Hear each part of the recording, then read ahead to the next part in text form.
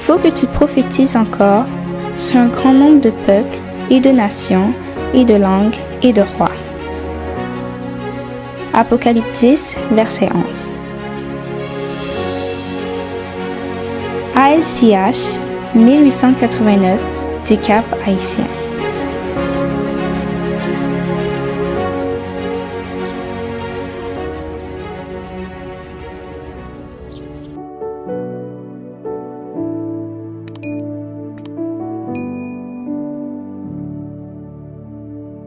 Jésus, sans fin, je dirai ton salut.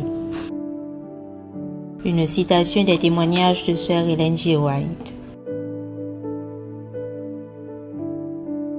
Romains 3, verset 24. Et ils sont gratuitement justifiés par sa grâce, par le moyen de la rédemption qui est en Jésus-Christ.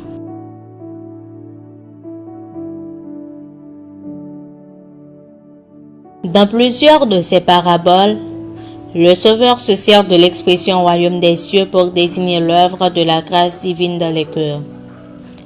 Le royaume de la grâce date de la chute de l'homme, époque où Dieu traça le plan de la rédemption d'une race coupable.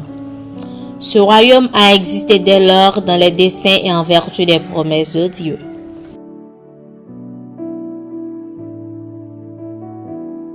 L'emploi de la force ne pouvait produire ce résultat, car cet emploi s'oppose au principe du gouvernement divin. Dieu n'accepte qu'un service d'amour. Connaître Dieu, c'est l'aimer. Son caractère se manifeste en opposition avec celui de Satan. Cette œuvre ne pouvait être accomplie que par un seul être, unique dans tout l'univers.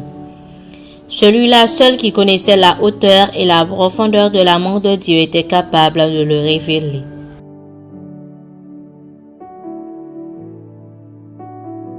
Il ne faut pas voir dans le plan de la rédemption le produit d'une réflexion tardive, consécutive à la chute d'Adam. Il s'agit de la révélation du mystère tenu secret dès l'origine des temps. Romains 16, verset 25. Cette révélation dévoile les principes qui, dès les âges éternels, sont à la base du trône de Dieu. Dieu n'est pas l'auteur du péché, mais il en a prévu l'existence et il s'est préparé à faire face à cette terrible éventualité. Si grand était son amour pour le monde qu'il s'est engagé à donner son Fils unique, afin que quiconque croit en lui ne périsse pas, mais qu'il ait la vie éternelle. Dès que le péché apparut, il y eut un sauveur. Le Christ en savait qu'il devrait souffrir. Néanmoins, il devint le substitut de l'homme. Dès le péché d'Adam, le Fils de Dieu se porta lui-même garant de la race humaine avec autant de puissance pour détourner du coupable le jugement de mort que lorsqu'il mourut sur la croix. Quel amour! Quelle condescendance! Le roi de gloire proposa de s'abaisser pour l'humanité déchue. Il mettrait ses pieds dans les pas d'Adam. Il se revêtirait de la nature déchue de l'homme et il s'engagerait à combattre l'ennemi qui avait triomphé de nos premiers parents. Il vaincrait Satan et ainsi il offrirait à tous ceux qui croiraient en lui la possibilité d'être rachetés de la disgrâce provenant de l'échec et de la chute d'Adam. Puissance de la grâce, page 23, paragraphes 2 à 6.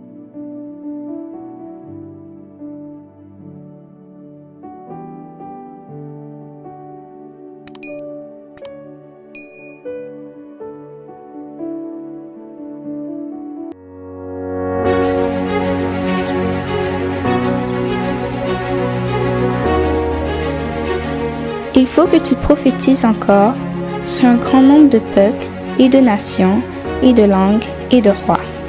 Merci d'avoir écouté cette présentation. Si vous souhaitez prendre part à la mission que Jésus-Christ confie à notre Église, contactez-nous via les coordonnées suivantes: ASJH 1889, caphaïtien@gmail.com, pour WhatsApp 509 32 32 41 42.